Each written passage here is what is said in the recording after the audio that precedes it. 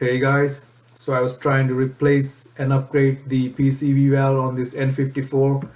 The PCV valve that was in there was stuck. The factory one was like pretty stuck and wouldn't come out.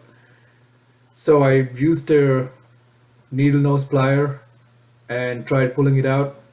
Ended up breaking the tip like that, and now I can't even use a needle nose plier at that point to get it out.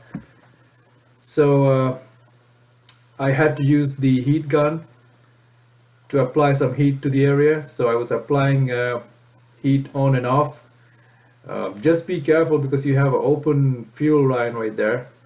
But anyways, after applying heat, I was able to use a needle nose, bent needle nose plier to somehow pull it out.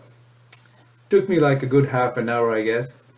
But anyways, simple things can get very complicated. So just wanted to share that with you. Have a great day.